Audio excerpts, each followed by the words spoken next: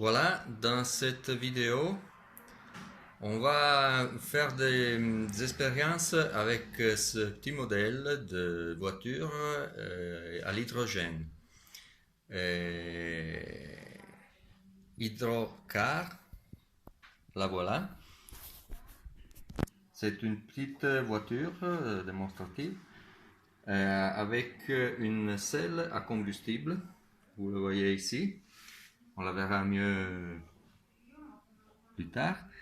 Et avec deux réservoirs avec de l'eau. Il n'y a que de l'eau dedans. Là où des deux côtés, on va produire de l'hydrogène et de l'oxygène. On va dissoudre la molécule d'eau dans les deux molécules de ces composants, hydrogène et oxygène, en utilisant de l'énergie électrique. Donc, on peut utiliser des batteries, les voilà, et pour produire l'électricité nécessaire à fabriquer par électrolyse l'hydrogène et l'oxygène, ou bien on peut utiliser de l'énergie solaire à travers ce petite cellule photovoltaïque qui donc, si elle est exposée au soleil, peut donner l'énergie suffisante pour faire de l'électrolyse. Une fois qu'on a produit une quantité suffisante d'hydrogène, d'oxygène, on va enlever les contacts des batteries ou du photovoltaïque.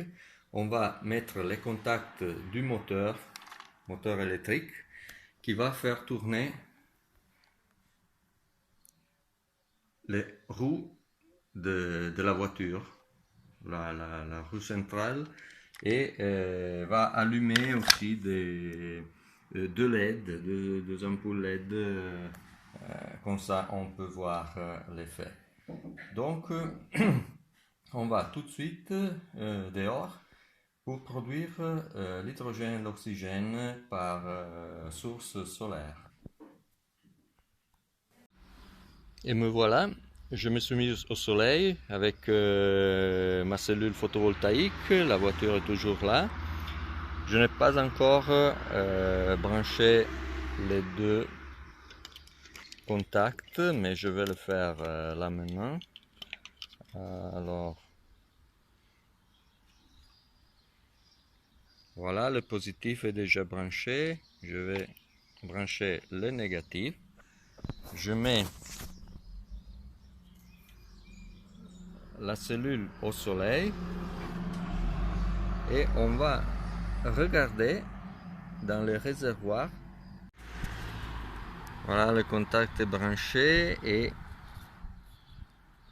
dans le réservoir, l'hydrogène va être produit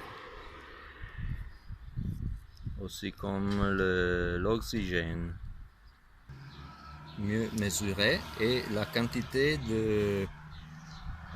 d'oxygène produite est exactement la moitié de l'hydrogène produit. Parce que la molécule d'eau est H2O. Et donc deux atomes d'hydrogène pour chaque atome d'oxygène. On va laisser qu'il monte un peu plus la quantité de gaz. S'il reste séparé, ce n'est pas dangereux. Il ne faut toujours pas laisser l'hydrogène libre parce que c'est inflammable. Et donc avec l'air qui contient de l'oxygène, ça va péter ou brûler quand même.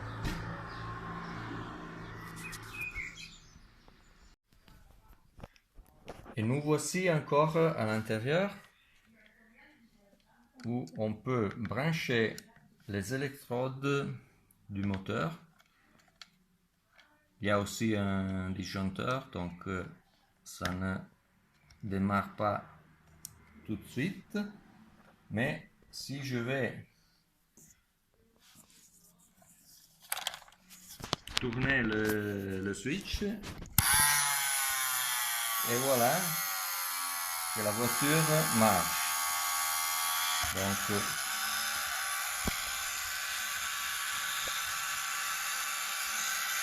ça ne tombe pas.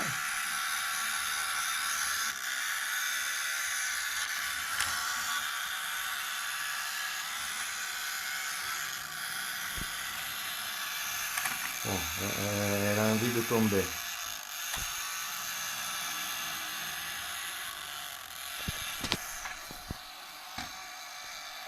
Comme on l'a dit, si l'énergie du soleil n'est pas suffisante et c'est la nuit, on peut produire l'oxygène et l'hydrogène à travers une batterie qui fournit l'énergie. Et là, je vais montrer les deux réservoirs si ce n'est pas lisible. On ne lit pas la quantité, mais de toute façon, je peux dire qu'elle a été produite 5-6 d'hydrogène contre 2,5-3 d'oxygène, donc la moitié exacte. C'est mathématique. On va essayer encore.